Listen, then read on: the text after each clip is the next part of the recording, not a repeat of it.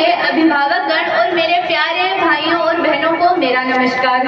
सबसे पहले मैं आप सभी को 79वें स्वतंत्रता दिवस समारोह की ढेर सारी शुभकामनाएं और हार्दिक बधाई देना चाहती हूँ। मुझे अपना परिचय देने की तो आवश्यकता नहीं होगी क्योंकि लगभग आप सभी मुझे जानते हैं और वैसे भी आप सबको मेरा गणतंत्रता दिवस वाला सवाल तो याद ही है।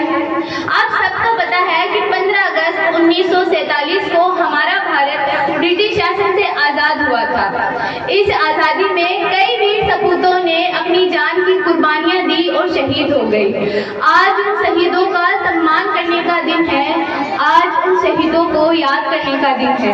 यह अवसर उन अन्नदाताओं को भी याद करने का है जो पूरे भारत का पेट भरने का काम करते हैं। आज के दिन हम आजाद हुए, आज ही के दिन हमें आजादी मिली।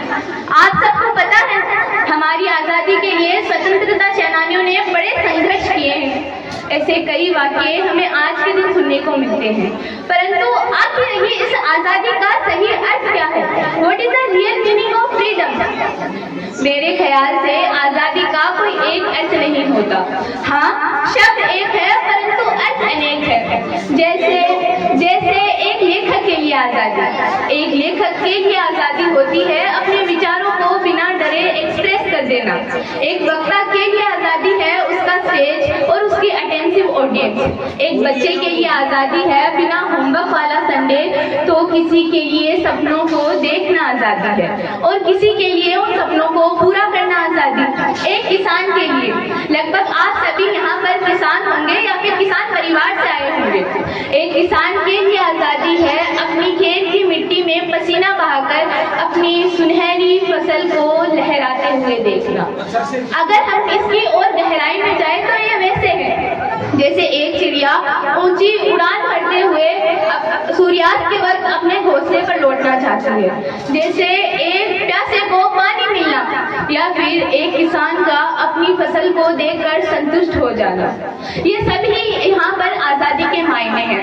अब आपके लिए आजादी का सच्चा मायना क्या है? इससे आप उस जुनून को महसूस कर सकते हो जो आजादी के वक्त हमारे स्वतंत्रता सेनानियों में था, जब उनके लिए आजादी का सच्चा मायना ही हमारी देश की आजादी थी। तो इसी पर किसी ने क्या खूब कहा है कि आजाद हिंदुस्तान नहीं होता, कि आजाद हिंदुस्तान नहीं होता अगर किसी माँ का बेटा इस वतन के खातिर कुर्बान नहीं होता, कि आजाद हिंदुस्तान नहीं होता अगर किसी माँ का बेटा इस वतन के खातिर कुर्बान नहीं होता। सारे रिश्ते नाते भुलाकर सीने पर गोली खानी पड़ती है, कि सारे रिश्ते नाते भुलाकर सीने पर गोली खानी पड़ती है। वतन के खातिर मरना इतना आसान नहीं होता, कि वतन के खातिर मरना इतना आसान नहीं।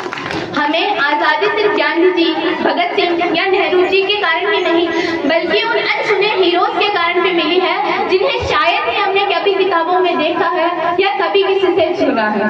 जैसे माता गिनी हाजरा 73 साल की उम्र में झंडा लेकर गोलियों के सामने खड़ी हो गई। कनकलता बरुआ, असम की 17 वर्षीय बहादुर लड़की जिसने अपनी आखिरी सांस तक तिरंगा थामे रखा।